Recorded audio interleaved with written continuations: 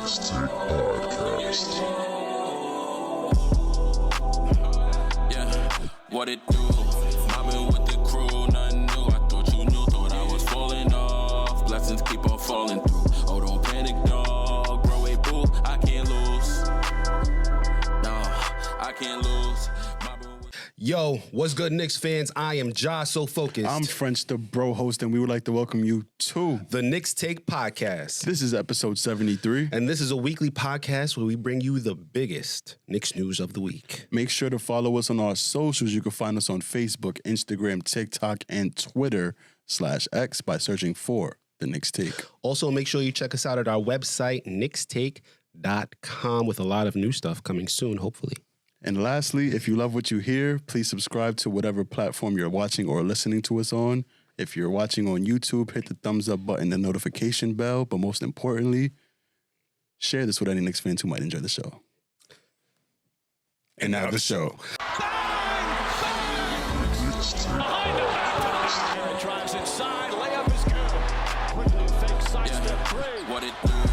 Mobbing with the crew, nothing new. I thought you knew, thought I was falling off. Blessings keep on falling. Oh, don't panic, dog. Bro, wait, boo, I can't lose. No, what it do? Mobbing with the crew, nothing new. I thought you knew, thought I was falling off. Blessings keep on falling. Oh, don't panic, dog. Bro, wait, boo, I can't lose. All right. All right. This week, y'all, I decided that we should talk about something that our uncle, I said a few weeks ago, or maybe it was last week, or maybe Uncle it was Ian? 3 weeks. Yeah, he was like, you guys are jumping the gun. So I said, all right, you know what? After this week, maybe we should jump the gun just a little bit. I'll probably, you like to jump the gun a little bit, so I'm push that over to you. So that's good. That was originally supposed to be the topic of the week. I'm just going to say the same things I've been saying. It probably still will be the topic of the week, but as we will talk about later, I'm coming from the Miami Heat game, and there was some big news in that game in regards to one Julius Randle. So we're also going to make that a topic as well. Mm-hmm. In addition to that, we are going to discuss the week's games. The Knicks played the Brooklyn Nets, the Denver Nuggets, the champion Denver Nuggets, and the Eastern Conference finalist Miami Heat, which that game was earlier today. We're going to recap those briefly, review those games, to, give you the important segments of those games. And after that, the topics of the week, and then we're going to preview the upcoming games next week.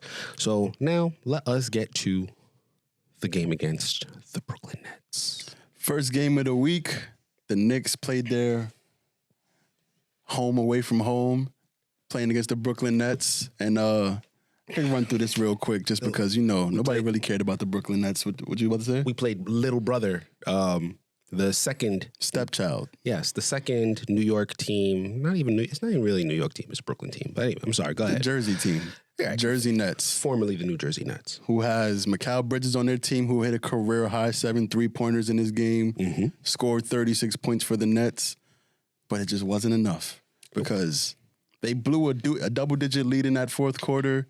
And I'm not going to lie, Brooklyn did play with an edge for most of this game, but in that fourth quarter, the Knicks just shut the water off, played some phenomenal defense to close the game out in Barclays, to some very loud Knicks cheers, if you remember. Yeah.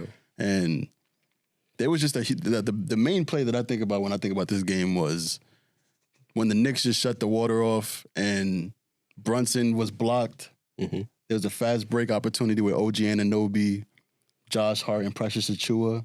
And it looked like it could have been a foul or an one free throw kind of situation, but instead, Josh Hart got the first block.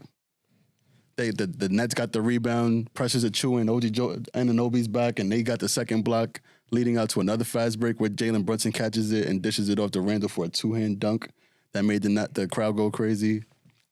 And then the very next play, Josh Hart gets like it was an and one layup, but they didn't call a foul, if you understand what I'm saying. And that pretty much just tied that game up. I mean, not tied the game up, but sealed the game up for the Knicks. And Jalen Brunson had another game finishing with 30 points. MVP chance on the road. What was your thoughts when you was watching this game? My thoughts is that was a lot of analysis for a bum-ass team that we really went into the game thinking we're not losing this game. It wasn't a blowout, though. It was not a blowout. I will give Brooklyn this credit. I was a little scared going into the fourth quarter. I was like, hold on, we haven't put this away yet. Like, what's going on? This is the Brooklyn Nets. Like, they don't got nobody.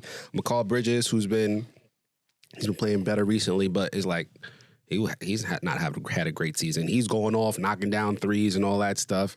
I mean, the Nets are 17-27 right now. They are 10 games under 500. The Knicks are more than 10 games over 500. It shouldn't have been that close. But yeah, I would have probably wrapped this game up a little bit faster because they're not good. They're just not good. As you can see, when we lost to Dallas, you can lose to any team on any night. That's different. So, Dallas is not 10 games under 500. They do not have more losses than wins. And they still got talented players, though. They have 2 of the top 20 players in the league on their team, whereas McCall Bridges might be top 40. Don't matter. Is he better than Julius? Is he better than Jalen Brunson? Who's top 40 on Utah? We lost to Utah. Anybody can lose on any given night. Got to give him respect. Is Utah 10 games under 500? No, they are not. So anyway, moving right along. We blew out. Well, not blew out. We put the beat the brakes off of Brooklyn. Made them feel like they were in the Garden with all of the Knicks chants and the cheering and the MVP chants for Jalen Brunson. And we just said, all right, this is our home. Went from that to facing off against Nikola Jokic. Well, I didn't even say this final score. Knicks won 108-103. Yes. Randle had 30 points, 9 rebounds, 7 assists. Another great performance from him. 30 for 30 from Jalen Brunson and Julius Randle. All right, now you can move on to the next game. The real exciting game of the week, I felt like. Was it? Was it really? It is the game that it was the we defending looked champions. forward to, but also feared the most heading into the game. Okay. Right? Yeah. No. We is strong. I wasn't feared. We swept them last year. We did sweep them last year. And I called the streak during this stretch right here. Okay, so. I will say it. I feared them. And then the day of the game, I listened to some podcasts and I realized, oh, wait a minute. Denver is coming into this game in the Garden at the end of a 5-game road trip where they faced off against the Celtics and the Sixers. And who else did they play? I think they played the Jazz. They played another decent team. No, it wasn't the Jazz. It was another Eastern Conference team. They played another decent team besides those two. And then they finish it off against the New York Knicks, the Pacers. They finish it off against one of the toughest teams in the league, a team that plays hard all the time, who doesn't mind being physical, who doesn't mind, shoulder checking you a little bit. You know what I mean? That's who you finishing off your road trip against in the Eastern Conference, and you're a Western Conference team? We're winning this one. And win this one we did. I'm not going that far.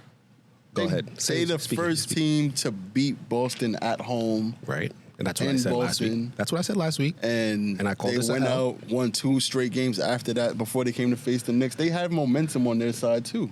I'm not going to say it's just because it's the 5th game on the road trip. We just got this one in the bag. They've been beating everybody else. We call this a schedule loss, right? You can't win even if you're the Boston Celtics, one of the best teams in the league, they have a great net rating. They have one of the best offenses in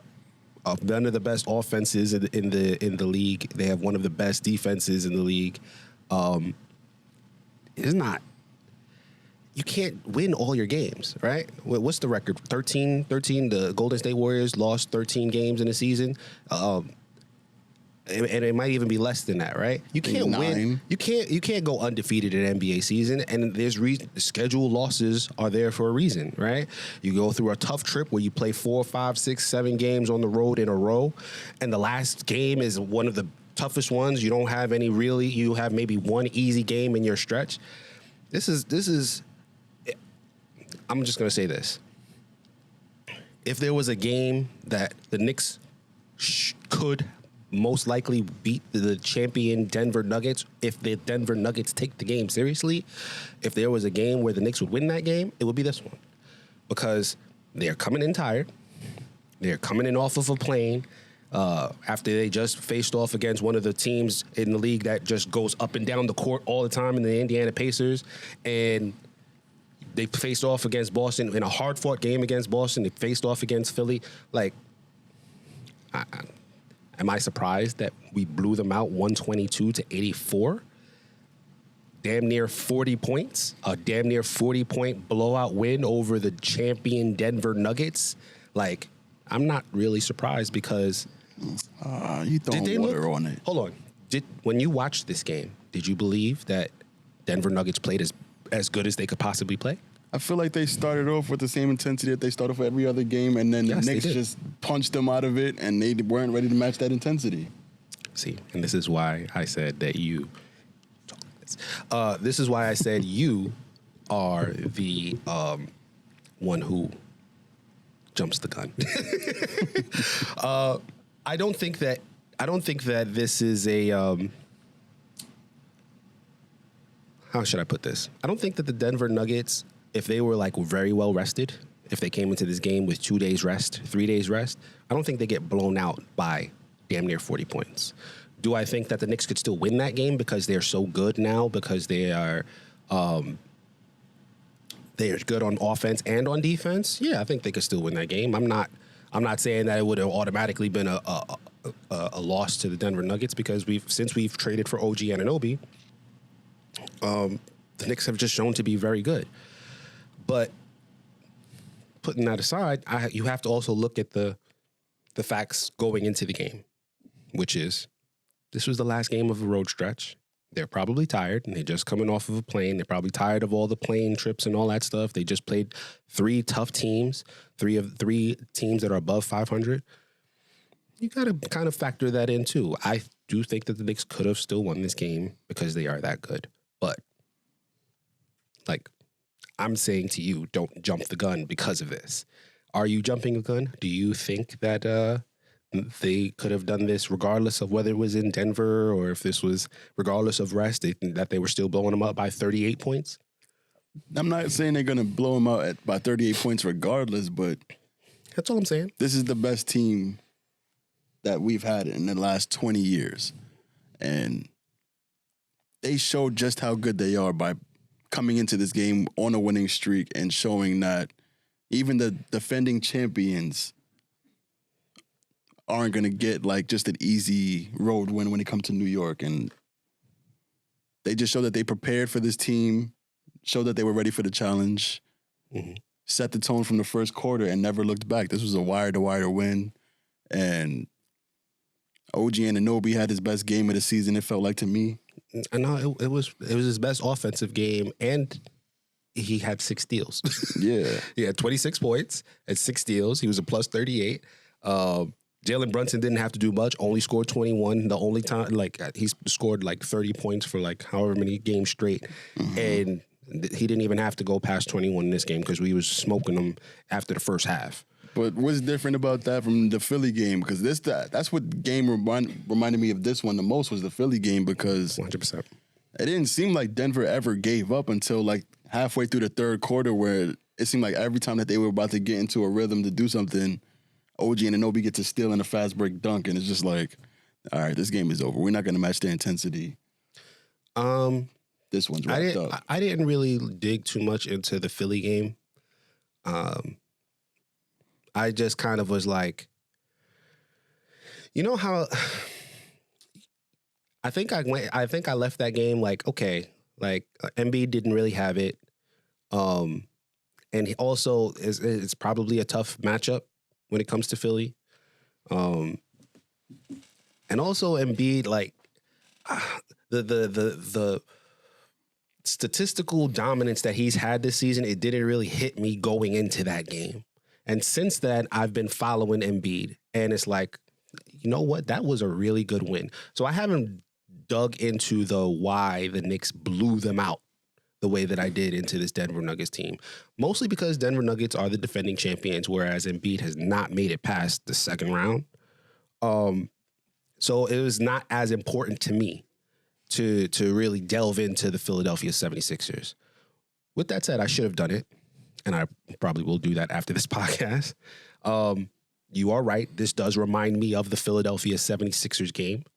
We gave them the worst loss of their season, just like we just did to the Denver Nuggets. And this is the worst loss of Nikola Jokic's career. Yep. That is those two are the last 3 MVP winners of the NBA, and we spanked them like we're the best team, like we're the defending champions, like we had the MVP. Like it's a really good win. It's a really good win. But I like to be measured and not jump the gun. Okay. And we'll go into the jump the gun conversation. But I'm done. Let me give Grimes and Deuce McBride their props. Deuce McBride had 13 points, was 4 for 5 from 3. He's shooting 50% from beyond the 3-point line. And Grimes had 19 points, 5 rebounds, looked very comfortable out there. And now I'm done with the Denver Nuggets. A really great win for the New York Knicks. I said good, but that's kind of underselling it. Nikola Jokic is probably the best player in the NBA, and didn't really mean much. We poked him in the eye in the second quarter. He came back in the second half and still was having an amazing game. Still, like, easily hit 20-plus points over, just did everything, and it didn't really matter because we were already blowing him out. So yeah, he finished with 31 and 11. Came into the night shooting 60-something% from 3, and he's a 7-foot big man. So that's why it's always been impressive to me. Because no one outside of this superstar talent never contributed to this game because they weren't really allowed to. This was just a runaway. The Knicks won 122-84. Mm-hmm. And I think I'm ready to go into this next game. What about you? I'm ready. Miami came into New York, rematch from the second round of the playoffs, and I was there. You was there. Physically. Our mother was there. She's also in the studio today. Hey, Ma. And Miami started off early. They got a nice lead to start the game. I think they was up like 11 or something. They were up. It was either 9 or 11, but they were up a significant portion, and it had me a little like, how are we starting off like this? Yeah, it was just a rugged game to start off. Then Josh Hart comes in. Real rugged. Immediately impacts the game positively. He had a fast break dunk early in the second quarter that changed the momentum. Mm-hmm. The very next play, Deuce McBride cut back door for another wide open dunk. This gave the Knicks a 1-point lead. And the defensive intensity from this game was really like an Eastern Conference game. Felt like a 90s Knicks kind of game to be watching on ABC again. OG Anunoby attempted a dunk that was blocked. Yep. Gave the Heat back their momentum for a little while. Yep. Tibbs immediately calls a timeout. Every time it seemed like the Knicks would go up 13 points, it seemed like the Heat would hit a 3, cut it to 10 points, cut it to 4 points, 5 points. Then the Knicks would just come right back, go on another run, set it back up to 10 points. It was one of those kinds of games. He wasn't really kind of sure what the outcome was going to be, but the Knicks went up, held a double-digit lead going up into the third quarter, pretty much held it throughout the fourth, and Julius Randle added 19 points and 9 rebounds before he went down late in the fourth quarter on a fast break layup. Jaime Jaquez tried to set a charge and tried to get in front of him recklessly when they were already losing by, what were they losing by, like 20? 16? They were losing by a lot. They weren't winning this game. It was clear that they were not going to win this game. There was not really anything that they could do about it. And he was just like, yeah, I'm just going to pretend like I'm going to charge. Yeah, it was nasty. But it wasn't really trying to take a charge. So can we talk about how the Miami Heat is probably one of the dirtiest teams, if not the dirtiest team in the NBA? I think that there is not a coincidence that every time we play them, except for the first game this season, unless I'm forgetting an injury from that game. Every time we play the Miami Heat, somebody's getting hurt. Julius Randle twerked. Julius Randle twerked his ankle.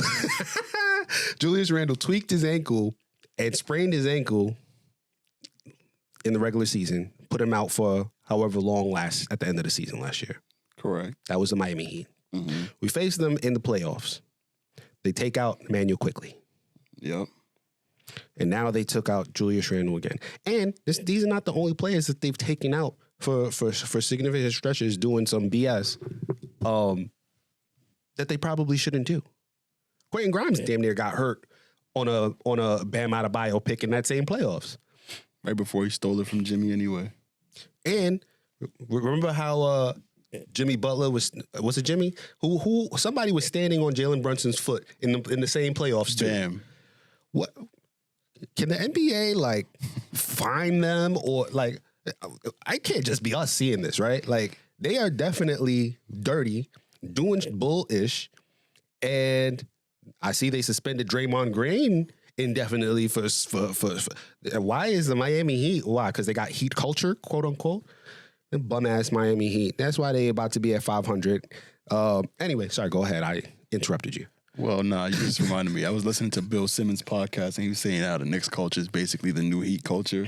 Nah, we better because we don't have to resort to dirty tactics and injuring players in order to be good. But sorry, go ahead. No, I was just saying the Heat culture basically is Knicks culture because Pat Riley left the Knicks to go to Miami in the 90s, and Thibodeau was on that coaching staff, and now that he basically just brought back the 90s Knicks that him and Pat Riley was on the same coaching staff for. Am I bugging? I refuse to give Pat Riley any props. It ain't props. He stole it. He stole the formula and went to Miami with it. So is it really Heat culture? I was trying to make this a rhetorical question. Listen, Pat Riley is one of the best coaches, or was one of the best coaches in the NBA. He won titles with the Lakers. He won a title, or he didn't win a title with the Knicks, but he brought the Knicks relevancy and brought them almost to the championship several times.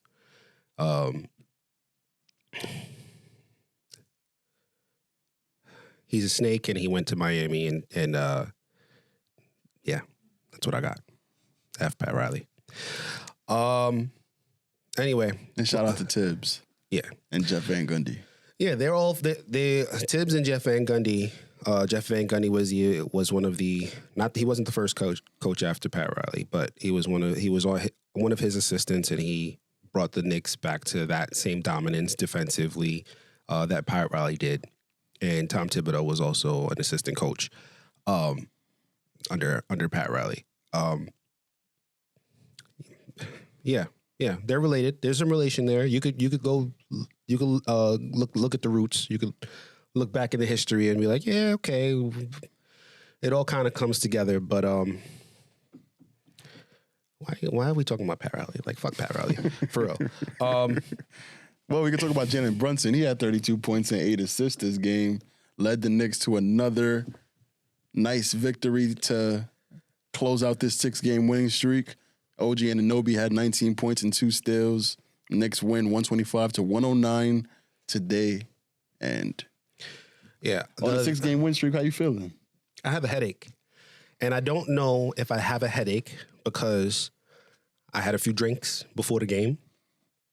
I don't know if I have a headache because I am full of joy that we only have 2 losses in the year 2024. Mm-hmm. One of them without Jalen Brunson. I don't know if I have a headache because Julius Randle dislocated his shoulder on that a charge attempt.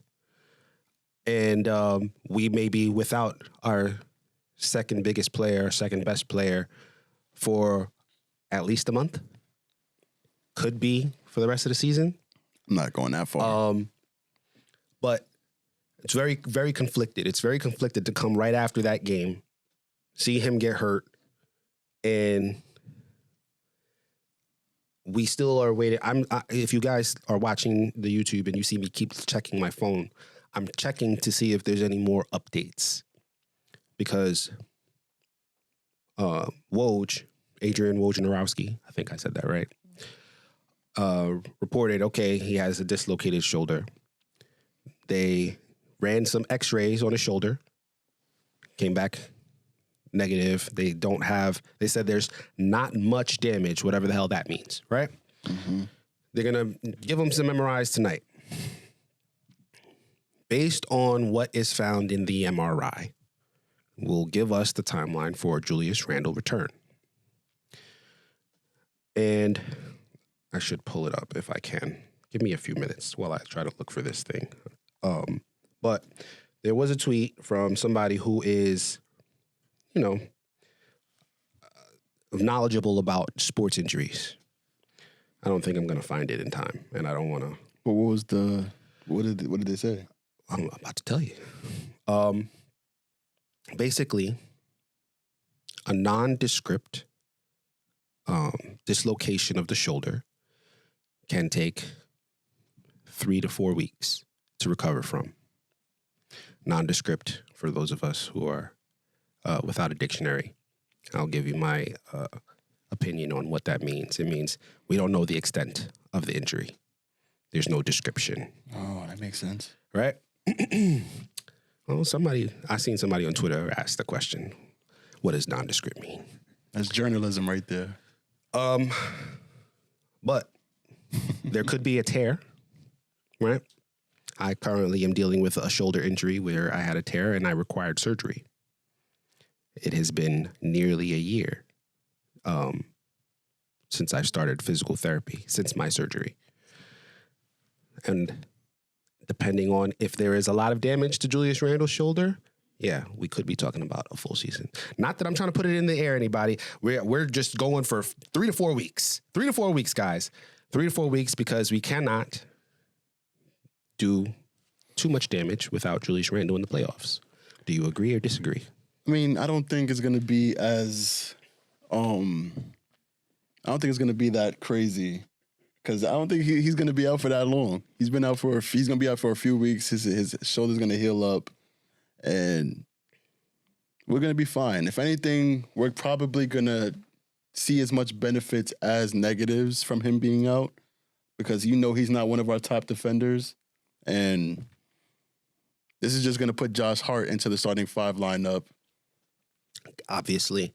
And move OG probably down to the 4. Yeah. Anybody who thought Quentin Grimes is going to the starting lineup, no, that's not happening. But his minutes are certainly going to increase, which is only going to be more beneficial toward the Knicks. So I'm not really that devastated by this news. Unless Tom Thibodeau plays OG Anunoby and Josh Hart 40 minutes a night. And Ryan Arcidiacono. He's not playing. Stop it. Yeah. Did you answer my question? Do you feel like... Probably not. Do you feel like this is going... If Julius Randle... Oh, yeah. If it's going to be devastating in the playoffs. For the playoffs without him, yes. Yeah. I don't see him being out of the playoffs. But if we had to start the playoffs without him due to, like, a dislocated shoulder... Mm-hmm. I think the most devastating aspect of it is that he's going to have to get into rhythm when he does return. Okay. And when he's not in rhythm, he doesn't really play very well. Let me ask you another Julius Randle question. How far into the rest of the season can we go without him and not completely derail our seeding hopes? Our seeding hopes, I think for me and you, our seeding hopes are about 3 or 4th seed, right? Or are you 2nd or 3rd seed? Oh yeah, that's right. I forgot. Yeah. All right. 50 wins. I'm sticking with it. Are we getting to the 2nd seed if Julius Randle misses more than 30 days? I think if he misses more than 30 days, that would provoke the front office to go and get some help off the bench, which is going to be a lot more crucial if there's no Julius Randle. There's not much time to do that. The trade deadline, NBA trade deadline, as I said last week, is February 8th. Mm-hmm. We got time, though. We are at January 27th. They've been talking to teams, and they know what they need and what they would be, or at least searching for in the trade market, also the buyout market. Right. So let me quickly list the games. Gordon Hayward is definitely a contender for a buyout market candidate. Let me quickly list the teams that we're going to be playing against before February 8th. Hornets, Jazz, Pacers, Lakers, Grizzlies, and then Thursday, February 8th, we will play the Dallas Mavericks. I don't really see any team there that we can't at least go toe-to-toe with without Julius Randle. The Lakers are terrible. The Pacers don't play defense. The Jazz have been playing very well, but they are. Well, we'll go into that when we do the previews. Grizzlies still have a G League team, and it's the Mavs, which hopefully we'll have a trade before that. So I think if we don't make a move up until the trade deadline, I think we'll be fine. If we don't make a move at all, that's when things start to get scary. After the trade deadline, Pacers again, Rockets, Magic. All right, it's pretty cool, right? We're still good there. 76ers, Boston Celtics, Pistons. Pelicans, they're pretty good too. Golden State Warriors, not so good. And yeah, it's not, we play the 76ers another 2 times after that. It's not a super easy stretch to say that we're going to get to 50 wins without Julius Randle and without making a move. You're 100% certain that we'll make a move. If he's going to be out for at least a month. If he's going to be out for at least a month. All right. I have one more question, but before we get to that question. Yeah, before we get to that question, how you feel about Gordon Hayward being in the buyout market? Or No. Kyle Lowry or somebody? Especially if we gotta that's go kind of Randle. related to my question, because my question was going to deal with who should the Knicks pick up, right? Like that. This kind of changes the calculus. We've talked about this for the last couple of weeks, by the way. We've named a couple of our episodes. We've put Dejounte Murray's name in the title or whatever like that. You're not a fan of the Dejounte Murray addition. Because they want too much. What is too much? Multiple first-round picks. What is multiple first-round picks? At least 2 or 3. And you think 2 first-round picks is too much? Yes. Okay. Is there anybody that you would pay just 2 first-round picks for? Not until after we make the trade for Okay. the superstar. All right. Other names, Malcolm Brogdon. Pass. You'll pass on that. Terry Rozier got traded to Miami. Bogdanovich from the Detroit Pistons. Pass. Even without Julius Randle. Pass. Okay. Bruce Brown. Pass. Bruce Brown recently traded to the Toronto Raptors and was the backup point guard for the Denver Nuggets, who won the championship last year. Still pass. Okay. Trey Jones? Is that the right You mean Jones? Tyus Jones? Tyus Jones. Those 2 are brothers. I was talking about Tyus Jones, who is currently on the terrible Washington Wizards team, who only have 7 wins. I think they might actually have 8, actually, because they just played the Detroit Pistons. But Tyus Jones, a very good point guard, probably a backup point guard behind a star point guard, which we have. He's tricky. He's going to want minutes, so that's the only reason I'm going to pass. Why do you say he's going to want minutes? Do you know him personally? I know that if he's starting now and he's going to come off the bench for Jalen Brunson for 10, 15 minutes, he's not going to be happy with that role. And Deuce McBride is playing so well right now. Do we really need to bring in Tyus Jones? Sure. First of all, I completely disagree with your assessment. Why? Because he is a career backup, Tyus Jones. He's not a backup right now, though. He's not just because he's starting right now, that doesn't mean that he has to be a starter. There's a bunch of guys who go from coming off the bench to starting in the league, and he's starting for one of the worst teams in the NBA. You think he'd rather start for the Washington Wizards and their bum-ass team instead of playing for a team who's in the top 10 in net rating, top 10 in offense, top 10 in defense, behind Jalen Brunson, who's going to be an all-star? Who only has 10 minutes for him to play? It's going to be more than 10 minutes if he plays. How do we know that? Because Jalen Brunson is going to play less than 36 minutes if he has somebody who can back him up and be relied upon, just like Emmanuel Quickley did. He wasn't averaging 36 or more when Emmanuel Quickley was here. He was averaging 32, 33. Tyus Jones He's going to play next is to going to have Brunson. to share minutes with Deuce McBride, though. Unless you think that Deuce McBride's going to go back to being a bench. Deuce McBride's not going to play. I don't think that's true. Why would you re-sign him if he's not going to play? Besides, we'll talk about this in another episode. We're going to go way too long on this. Besides Tyus Jones, Who you said a lot of passes, and these are guys who have been. Oh, Alec Burks. They saying that they want to keep him. I'm asking you. If we giving up something cheap for him, I'll take Alec Burks. Okay. All right. So besides Alec Burks, and I could give you a name. who? You ready? I'm not ready, but go ahead. Kyle Lowry. Kyle Lowry just got traded for Terry Rozier from Miami, right? Mm-hmm. Veteran presence, championship caliber player. Mm-hmm. He's not at the top of his prime anymore. He's nowhere near his prime. Mm-hmm. But he still has experience. What if I told you that he wants to start? Why? Why do you feel like that? Well, I've listened to some podcasts and heard that part of the reason he was disgruntled in Miami was because he got pulled from the starting lineup, and it didn't seem to make sense. Because Miami doesn't have a starting point guard. Correct. But there's no way to know whether he really just wants to start or if he doesn't care. And yeah, so does that change the calculus for you if that turns out to be true?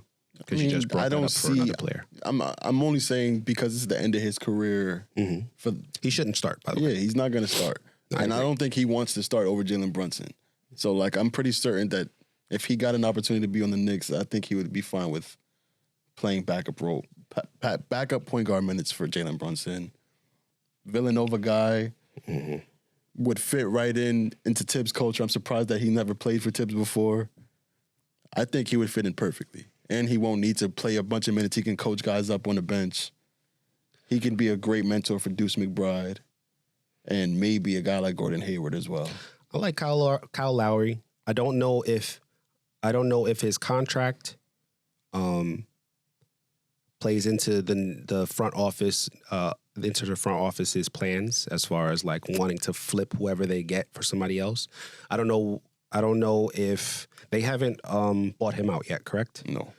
I don't know what kind of offers they're getting for Kyle Lowry if they are going to trade him.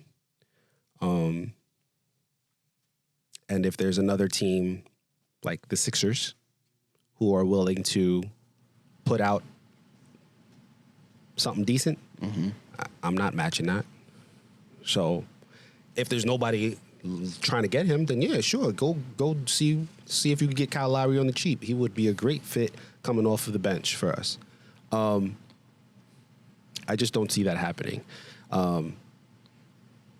If I was running the front office and I heard that Kyle Lowry might be going to an Eastern Conference team like the Philadelphia 76ers, I would be like, all right, listen, what y'all want? How do we keep him away from Philly? That's just me.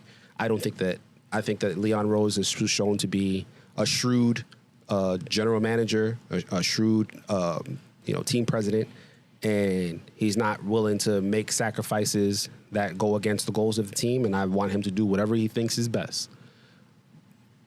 But just like with Dejounte Murray, I feel the same way for Dejounte Murray. I'd rather have Dejounte Murray on our team, even if the fit ain't great. I'd rather have him than have him go to one of these Eastern Conference teams that's ahead of us. I don't see which one of these teams is going to make that package that we can't. Well, first of all, I don't see like there being a package for Kyle Lowry. I don't see it being a crazy package. For Dejounte Murray, I probably see the Pelicans making more of a package for him than anything else. Philly has a package. Like they let me just say this. They don't have all of the same, they don't have the amount of picks the Knicks do, but they have enough to make a package that the Knicks can say no to if they were to try to match it. I don't see Pelicans ain't on the Eastern Conference, so I'm not worried about Pelicans. I'm really just worried about the Milwaukee Bucks. I'm worried about the Philadelphia 76ers, and the Bucks can't really give up a good package. Knicks can match whatever the Bucks can do. But let's just get back to who. I like Kyle Lowry. Obviously, I like Dejounte Murray, even though I understand why a bunch of people don't. I just think that he had a defensive reputation in the past, and I think that he's 6'5" and has a long wingspan, and he's going to have OG Anunoby behind him. And Mitch. And either Mitchell Robinson or Isaiah Hartenstein. Those are some things that the Atlanta Hawks don't have. And Jalen Brunson is bigger than Trae Young and stronger. So, and Dejounte Murray's three-point percentage has gone up every year over the past, since he's been injured, since 2019. I just don't hate it as much as other people do. And, if he goes to the Western Conference, I'm fine with that. I just don't want to see him still in the Eastern Conference on another team, and then that team starts to get better, and now that's another team that we have to square off against in the playoffs and hope that we can get past them, especially without Julius Randle. But I'm done talking about unless you have another name that you want to ask me about. Nah.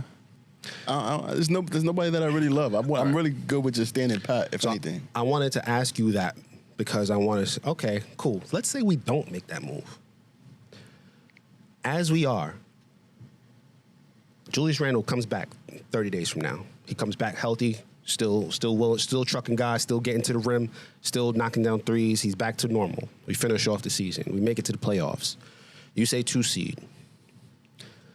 Let's say that they don't make it to the 2 seed. Let's say they catch up to Philly. They get to the 3 seed. How far do you think that the New York Knicks can make it? Are they a dark horse contender to come out of the Eastern Conference? I think if anything happens with Boston, any injury, Porzingis sprained ankle, Tatum sprained ankle, Jalen Brown migraine, tummy ache, anything. Knicks are going to the finals. We're jumping the gun. We're officially jumping the gun. I'm going to call it. Uncle Ian, I did not say that. I'm calling it. Anything happen, they go into the finals. You have no fear that the Milwaukee Bucks, who recently had fired their head coach and acquired Doc Rivers, a.k.a. Croc Rivers, because what he does in the seventh game of a 7-game series. Anyway. If Tatum step off the curb the wrong way. You're not scared of the Milwaukee Bucks. Tatum's not on the Bucks. If Al Horford gets out of the bed with cramps. He's still on the Boston Celtics. You're not scared of the Bucks is my question to you, sir. You're not scared of the Bucks. You're not scared of the Sixers. Listen, if Jalen Brown gets a haircut cut the wrong way and he starts rubbing off the teammates' aura. Ladies and gentlemen, my brother. It's over. My brother, French. I'm not worried about the Philly Sixers. I'm not worried about the Sixers. I'm not worried about the Bucks. The only team in the Eastern Conference he is scared of for the New York Knicks is the Boston Celtics. Scared is a strong word.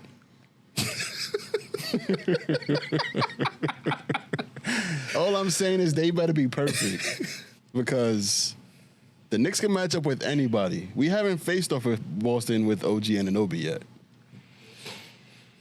And right. We haven't. You're correct.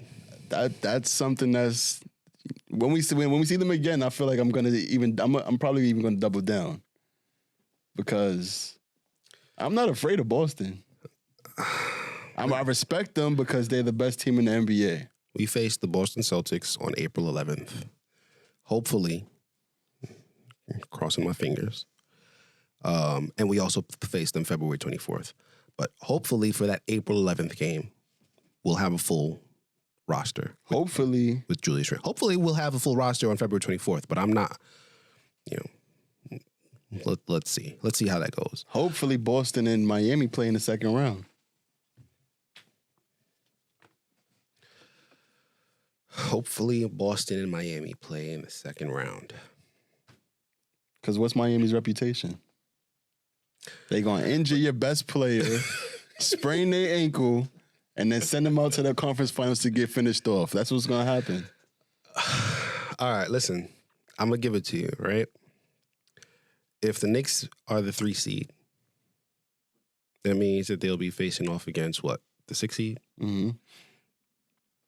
Currently, the 6th seed. Actually, it could be any of these teams. It could be the Cavs. It could be the Pacers. It could be the Heat. It could be the Magic.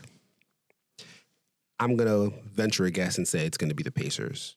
I think the Heat are not catching up to anybody. They may even end up the 8th seed behind the Magic.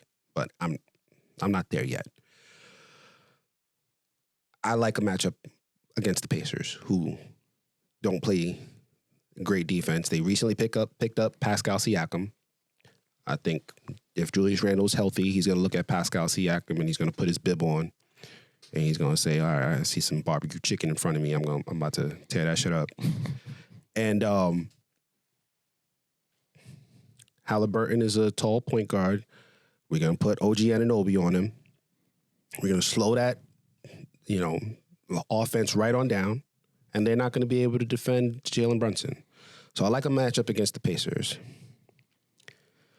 In order for the Celtics to face the Heat in the second round, I don't see it, bro. The Heat would have to stay 7th. No. It could happen. It's still early in the season. They would have to get up to 5th and face off against the 4 seed. And that's how they would face the Celtics in the second round. Otherwise, they would have to face them in the first round if they're the 8th seed. Because the 2nd and 3rd seed, whoever wins between, if the Knicks get past the first round, they would face off against the Bucks or the Sixers, whoever's the 2 seed in the second round. So the Celtics, there's no way that would happen. I would want to see the Heat play the Celtics in the first round for sure. And hope that they do the same dirty tactics against them. Porzingis probably goes out because Porzingis is the most injury prone out of those guys. If not him, I'd like to see Drew Holiday go out. We're not going to start wishing injury on all. I'm not wishing injury, but they're playing against the Heat, right? Against any other team, I'm like, all right, listen, this is not wishing. This is kind of predictions. It sound like a Christmas list. No, it's predictions. It's predictions, like Miami, right? if they're playing against Boston. Porzingis might go out. If it's not Porzingis, then it might be Drew Holiday. Like they're gonna target one of those two, right? We already know how it's gonna go. I don't hope that that's what's gonna happen, but we're talking about Miami. They don't play fair. And in that instance, Boston probably will limp their way to the Eastern Conference Finals. And if they're still limping going into the Eastern Conference Finals, then maybe I could see the Knicks coming out. Maybe. I think the Knicks would still have trouble going up against the Milwaukee Bucks if Doc Rivers got them playing right. You don't have. Hey, all right. Listen. This is why I called this episode "Jumping the Gun" because the Knicks are not. Listen, bro. I looked at several articles in the past couple of days. Okay. And for the first time all season, the Knicks are in a tier that is right below contenders. Mm-hmm. It's the first time all year. All year it's like contenders. We got Boston Celtics, Philadelphia 76ers, Milwaukee Bucks, Minnesota Timberwolves, Oklahoma City Thunder, Phoenix Suns, who are starting to right their ship, Los Angeles Clippers. All of these teams have been listed at some point throughout the season. Knicks never. And then after that is almost contenders. Miami Heat, Indiana Pacers, Orlando Magic, da-da-da. Once again, this is a tier that the Knicks have never been in, even when they were playing really well earlier this season. This is the first time all season that the Knicks have been considered almost contenders. And for good reason. Since they've traded for OG Anunoby, their defense has been top 2 in the entire league, behind the Cleveland Cavaliers, barely. They may even be ahead of the Cleveland Cavaliers for all I know right now. Their offense has ticked up. They're top 10 in both offense and defense. Net rating, which calculates how much you're beating teams by or losing to teams by based on your offensive and defensive rating. They got the second net rating right now. The Knicks are playing championship level basketball right now. But you know how we've been concerned with the playmaking when Jalen Brunson is not on the court? It scares the hell out of me. It scares the hell out of me. Remember what happened in Game 6 against the Miami Heat? Mm-hmm. When we didn't have Emmanuel Quickley, mm-hmm. and we threw Deuce McBride out there, mm-hmm. lost us the game. You know who else we didn't have out there? OG Anunoby. Right. But that I feel like he's the difference maker of this season right here. That's why I'm ready to jump out the window, because last year we were almost contenders. Last year was the year that we were almost contenders. We were one jumping the game gun for 365 days. We was one game away from Game 7 in New York against Miami Heat. And who knows what would have happened had Jalen Brunson just passed it off to Josh Hart. He hits that 3, forces Game 7. I'm going to take this opportunity to take a shot at my uncle. I asked him, who was the best player in that series? What do you think his answer was? Jimmy Butler. Jimmy Butler. Who was actually the best player in that Miami Heat series? Jalen Brunson. 100%. Even Eric Spoelstra thought that he was the best player. And the only reason why the Knicks lost that series is because he didn't have offensive creation behind him. And we still don't. Yeah, we do. We still don't have offensive creation behind him. We have better defense that leads to offensive creation. We do have better defense. I'll just say this. We don't lose to the Miami Heat with this team. I'll agree with you there. We don't lose to that Miami Heat team with this New York Knicks team because we have Dante DiVincenzo and because we have OG Anunoby. But I'm not saying that the Knicks are going past Miami and then going past the Boston Celtics to go to the finals after that. I'm definitely not saying that. They took that series went 7, right? Miami versus Boston. Yep. Yeah, no, we're not doing that. Could we probably do that with this team? Probably. This year's Boston Celtics team is way better than that Boston Celtics team. So, and so are other teams in the entire NBA. I cannot. Let me choose my words carefully. I cannot call the Knicks contenders yet because anything happens to Jalen Brunson, we're not winning a single game. To say the same thing about every other No, contender. you can't. You really can't. You really can't. Because remember when Luka Doncic was injured to start that series and he had Jalen Brunson next to him? And Jalen Brunson stepped up and whatever. And now he has Kyrie Irving, right? Phoenix Suns. Still not contenders. I'm not saying that. What I'm saying is they're not going to win. Like, if in the first round, Jalen Brunson has to miss 4 games, we're probably getting swept. And you can't say that about these contenders. They can miss a guy for 4 games and at least win 1, 2, maybe even 3 games without them. You can't say that about this team, especially because they don't have the backup to Jalen Brunson. And we saw what it looked like with Julius Randle as the guy to try to man the offense. Didn't work. So I am not ready to say that the Knicks are dark horse contenders until they make a move to shore that up. Until they make a move so where Jalen Brunson doesn't have to play 36, 38, 40 minutes in order for us to get a win. We need him to play down back to where he was before, 32, 33. Hopefully he can still get to that 30-point threshold that he has had since his minutes have gone up. And then we can have him, all right, go take a rest, and we still hold the lead because we got that guy. Like, it doesn't have to be I like Dejounte Murray. I think his pick and roll numbers are similar to Jalen Brunson's. That's why I'm like, okay, that's good. It doesn't have to be him. Could be Tyus Jones, could be Malcolm Brogdon, whatever. Just need somebody to hold the fort down. Real quick question. This ain't a quick conversation, but go ahead. All those Cleveland Cavalier teams with LeBron James. Uh-huh. If you take him out of the lineup, are they still contenders? Any one of them. Kyrie. Listen. Before he went to Miami. I understand what you're asking me. If you take Jordan off of any of them teams, are they still contenders? I know what you're asking me. I get it. Iverson. Those are Kobe. Exceptions to the rule, right? We are talking about that's like asking if you take Jokic off of the Nuggets, are they championship contender? Like, Shaq. But that's not what I'm saying. Okay. What I'm saying is, like, even those teams, they had enough talent. Not all of them. Some of those LeBron teams, the Miami Heat LeBron teams, They could have went without LeBron for 3 games and not been like, okay, they have to win every single game now because Harden. I feel like you're trying to set me off, and I'm not going to fall for it. Right?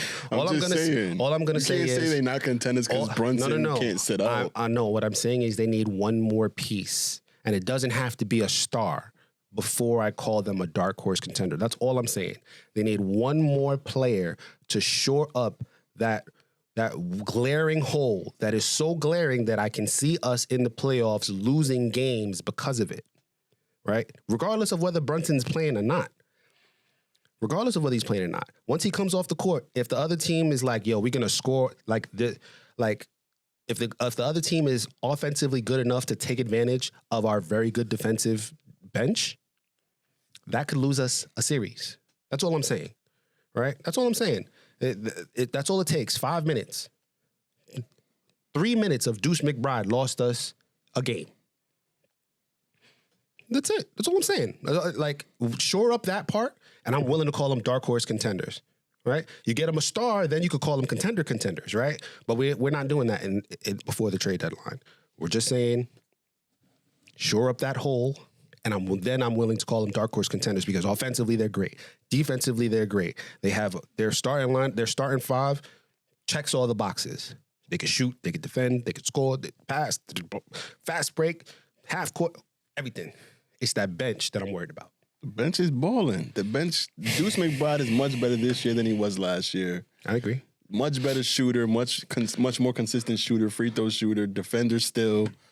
I don't really see the bench being such a glaring need to address in these games that we've been playing so far. I'm gonna say this. And it's not like we've just been playing bad teams. I'm gonna say this, and then we're gonna move on to the weekly preview. Okay. Because we haven't talked about Deuce in depth. I just kind of shitted on Deuce, and I don't want to shit on Deuce because I like Deuce. Every time he's out there on the court and he throws up a 3 and it goes down, I'm yelling Deuce, and you hear the Garden Deuce. One of my favorite players on this team. He defends hard. He's been knocking down his 3. He's been doing what he needs to do, except for running the offense. Every time that we give the ball to Deuce McBride to run the offense, he dribbles the ball around, tries to find holes in the defense, and then he has to chuck up a 3, or he turns the ball over. You think that's going to get better in the playoffs when defenses are tuned into what you do offensively? DiVincenzo can run the show.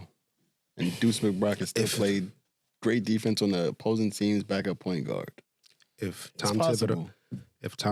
Listen, I agree with you. I think DiVincenzo could do that. But the problem is he starts. And you know who would make this whole thing where I'm concerned about the bench? You know what switch could be made to where I feel a little bit better about it? If Quentin Grimes was starting. Because then you have DiVincenzo coming off the bench. And then you have a guy, maybe not a point guard, but he can run the offense. And now I'm not worried why Jalen Brunson's playing 36, 38, 40, 42 minutes. Right? The reason why I don't see it being an issue that DiVincenzo starts is because starters, he could be the first starter off the court, and then now he's playing his minutes with the bench unit when he comes back into the lineup. Like, Grimes could come in for him. Then when Brunson comes out, DiVincenzo comes right back in for him with Deuce McBride, and that's still a formidable lineup that you can get scoring and defense. We're not and be perfectly fine. We're not doing that now. So, and I don't expect us to ever do it, because if we could have done it, we would have done it. Tom Thibodeau doesn't feel comfortable doing it, and that's why we have these lineups with Deuce McBride, Josh Hart, OG Anunoby, Precious Achua, and did I say Grimes? I think so. And Quentin Grimes. That's why we have these lineups. I didn't say Grimes. He doesn't have him out there with those guys. So Tom Thibodeau isn't confident in it. That's why we haven't seen it. That's why it's not going to happen. That's why it's not going to happen in the playoffs. So anyway, we'll see. Let's run through these upcoming games real quick because we're already at an hour. Next 4 games come against very beatable teams. I listed them off earlier. Let's get into it. I see that French put here 10-game win streak, very close to the 12-game win streak that he predicted earlier in the season. Let's see if they can do it without Julius Randle. I mean, we won 6 straight, and the next 4 games coming up next week are against very beatable opponents. And so. who's the next team that we're playing on Monday? Next team we're playing, the only game that we're not going to be playing in the Garden this year, the Knicks are going down to Charlotte to face off against the Hornets on Monday, January 29th, 7 p.m. I think. You think? The Hornets are going to leave with a foot in the ass. What do you think? I agree with you because they're not good. The Charlotte Hornets are 13th in the Eastern Conference with a 10-33 record. If the Knicks lose this game, I will be highly upset, even without Julius Randle. So, after that game, the Knicks will be facing off against the Utah Jazz on January 30th, the very next game, second game of a back-to-back at 7:30 p.m. The Utah Jazz has turned their season around with the return of Lauri Markkanen, who returned against us.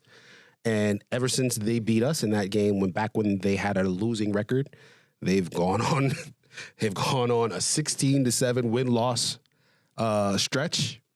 And most of those losses, though, have happened recently. I think they've lost about 3 or 4 games recently. This is the second night of a back-to-back for us, and I believe it's the second night of a back-to-back for them. And with that being said, because both of them should be equally tired, and the Knicks will be at home, I think that the Jazz are going to leave with a foot in the ass, just like the Charlotte Hornets did. Okay. And the next game... Hold on. Who do you think is going to win? Oh, my bad. You didn't agree, disagree, nothing. You just tried to skate on over it. I was still thinking about it, too. I don't know why I tried to move on, but I don't know. Utah always scares me because they're always the team that matches the Knicks' energy perfectly. I felt like even if they don't have, like, the names on the team, they definitely played. Like, the last game in Utah, I remember they scored, I think, every field goal in the first quarter off an assist. Right. And they still were playing defense. And then Colin Sexton comes off the bench and was lighting us up. So the Knicks did play a little lackadaisical that game. So I do think this is their chance to get payback. They're at home. They're on a winning streak. 7-game winning streak is on the line at this point. So no foot in the ass, but you think the Knicks are going to win? The Knicks are going to win, yeah, for sure. I don't think it's going to be a blowout, for sure. It's not going to be. Let me just list the names of the teams that the Jazz have lost to. Jazz have beaten the Hornets today, on Saturday. Today we're recording this on Saturday. They beat the Washington Wizards, who everybody has beaten. They lost to the Pelicans. They lost to the Rockets. They lost to the Thunder. And yeah, those are some respectable teams. So yeah, it's not going to be an easy game.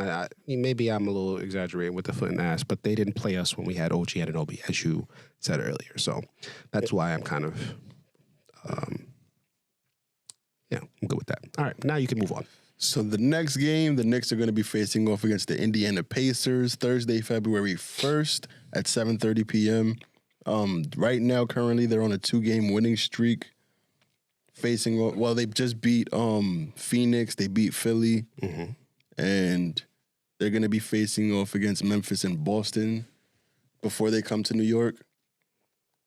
I don't know. This one's a little tricky one for me because they're one of the best scoring teams in the NBA. They don't play any defense. They just traded for Pascal Siakam. We don't have Randle. This could be where the streak ends, in my opinion. I think the Knicks are going to lose this game. What do you think? Man, F all that. They beaten the Pacers. If only because everybody voted for Halliburton. Yeah. I don't know if you guys heard that. That's my mom coughing in the background. Hi, Mom.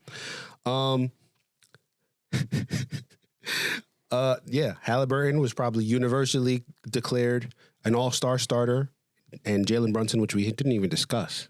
That's how long we were going. Jalen Brunson was not even voted as a starter for the All-Star game behind Damian Lillard, who it was close.